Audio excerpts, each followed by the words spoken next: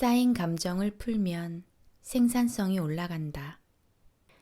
호손 효과는 1924년부터 1933년까지 하버드 대학교 심리 전문가 엘튼 메이유 교수가 발견한 현상이다.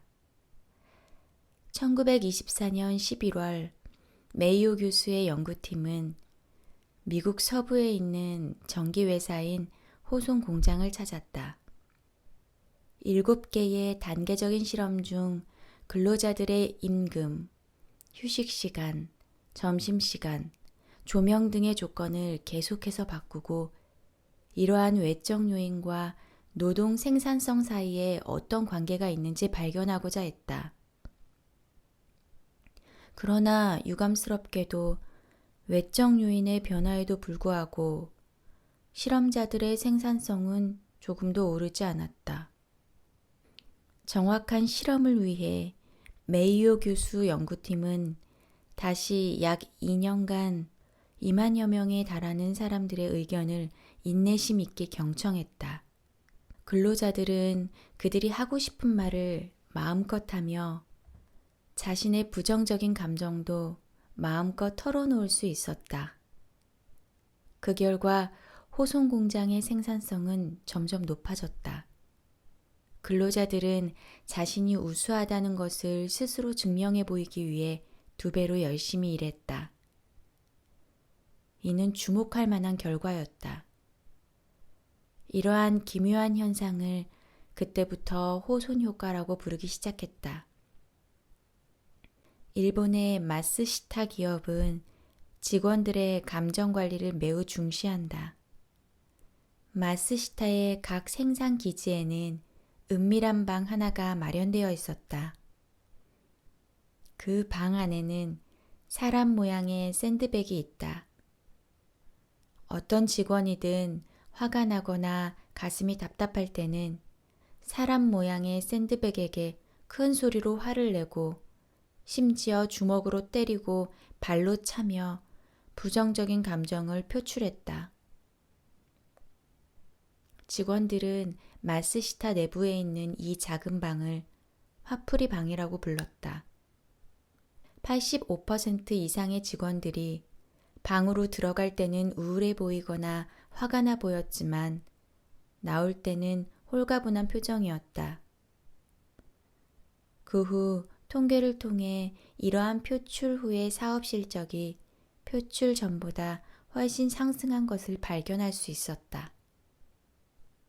마쓰시타가 사용한 방법은 비교적 극단적이고 투자금도 꽤 들었으며 모두가 효과적으로 화풀이방을 사용한 것은 아니었다.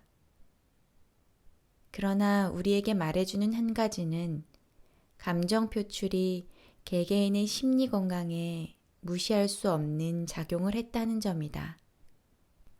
심리학 측면에서 분석해보면 부정적인 감정이 쌓이면 사람의 정신과 마음에 심각한 영향을 끼칠 수 있다는 것이다. 이는 개인의 건강뿐만 아니라 인간관계를 해칠 수도 있다. 불행은 별난 행복일 수도 있다. 슈와르츠의 논단.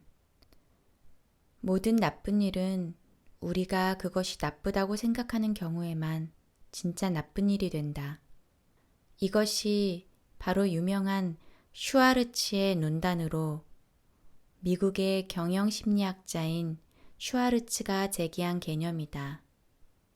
사실 시간은 영원히 멈춰 있지 않고 세상은 끊임없이 발전하며 변화한다. 행복과 불행 역시 영원한 것이 아니라 눈앞의 모든 것은 시간의 축 위에 있는 한 점을 묘사한 것에 불과하다. 우리는 불행 속에서 행복을 찾는 법을 배워야만 비로소 효과적인 대책을 세우며 불행의 추세를 되돌릴 수 있다. 즉, 앞을 내다보고 마음으로 행복을 찾는 법을 배워야만 불행 속에 감춰진 행복을 찾을 수 있다. 결국에는 무한히 뻗어나가 변수로 가득 찬 중심선에서 자신이 정말로 행복을 얻었다는 것을 알게 될 것이다. 오래된 우화가 있다. 한 농부가 산속에서 살고 있었다. 그는 매일 집에서 멀리 떨어진 곳으로 가서 물을 길어왔다. 농부에게는 2개의 항아리가 있었는데 그는 항아리를 장대의 양 끝에 매어 어깨에 메고 매일 산 아래로 가서 물을 길어왔다. 그중 한 항아리는 하자 없이 깨끗했고 다른 하나는 갈라져 있었다. 매번 하자 없이 깨끗한 항아리에는 물이 가득 담겨 있었고 갈라진 항아리는 물이 새는 바람에 겨우 반 정도만 남아 있었다. 멀쩡한 항아리는 자신의 완벽함에 우쭐거렸고 금이 간 항아리는 자신의 갈라진 틈을 부끄러워했다.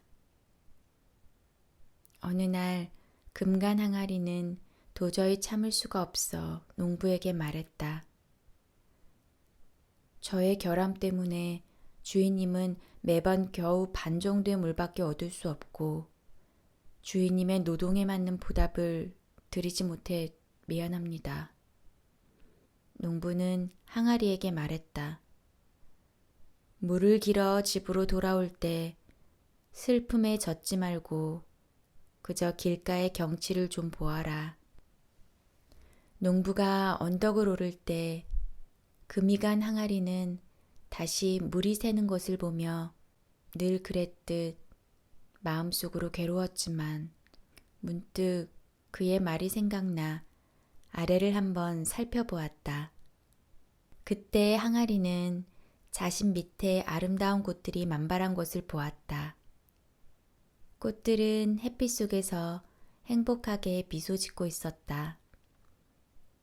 농부는 말했다. 네가 있는 쪽의 길에만 아름다운 꽃이 핀 것은 항아리에 금이 간 걸 발견하고 내가 너의 몸 밑에 많은 꽃의 씨앗을 뿌리고 네가 매일 거기에 물을 주었기 때문이야. 봐봐, 꽃이 이렇게 예쁘게 피었잖아.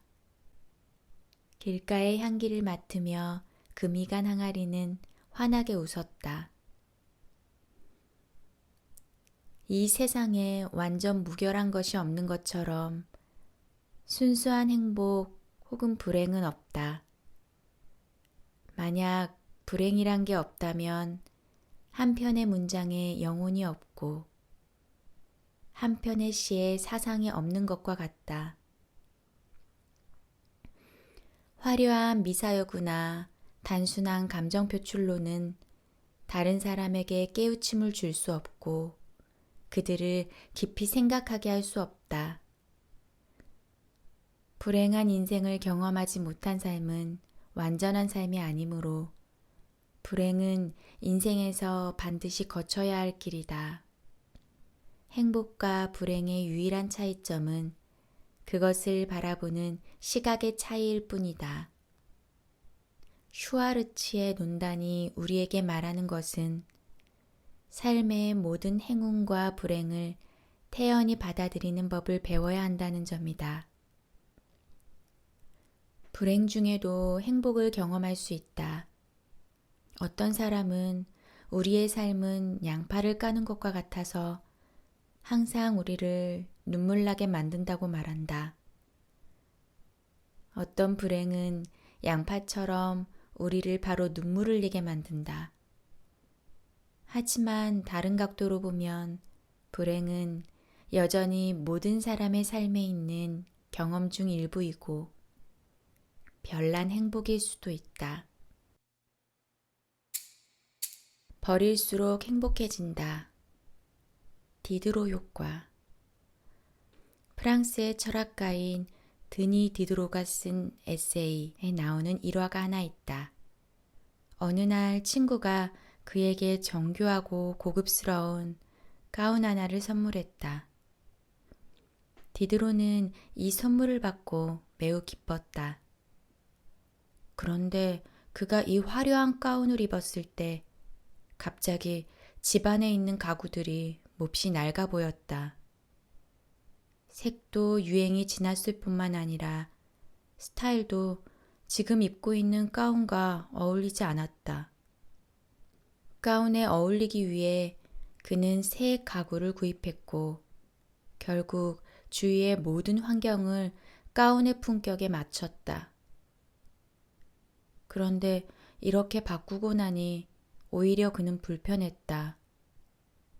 왜냐하면 일시적 충동이 지나간 후 그는 내가 가운에게 지배당했구나 라는 사실을 깨달았기 때문이다.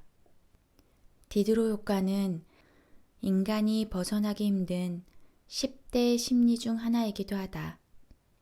더 많이 얻을수록 만족하지 않는, 즉 어떤 것을 얻지 못할 때는 잠시도 기다리지 못하고 일단 얻으면 그 욕심은 끝이 없어진다. 사람들은 종종 디드로 효과의 함정에 빠진다. 근본적인 원인은 자신이 갈망하는 많은 것들이 사실 쓸모없다는 것을 깨닫지 못하는 데 있다. 살아가면서 우리는 수많은 욕망을 갖는다. 만약 우리가 쓸데없는, 때로는 우리를 성가시게 하는 이 물건들을 우리의 삶에서 깨끗이 없앨 수 있다면 내재된 행복을 느끼기에 충분한 시간을 얻을 수 있다. 우리의 삶은 간단하게 응집될 필요가 있다. 고대 그리스 철학가인 소크라테스의 이야기는 우리에게 다음과 같은 시사점을 준다. 어느 날 소크라테스는 학생들을 아테네의 가장 떠들썩한 시장에 데리고 가 수업을 했다. 시장을 다 둘러본 후 소크라테스는 학생들에게 물었다. 너희들은 이 시장에서 무엇을 찾았니?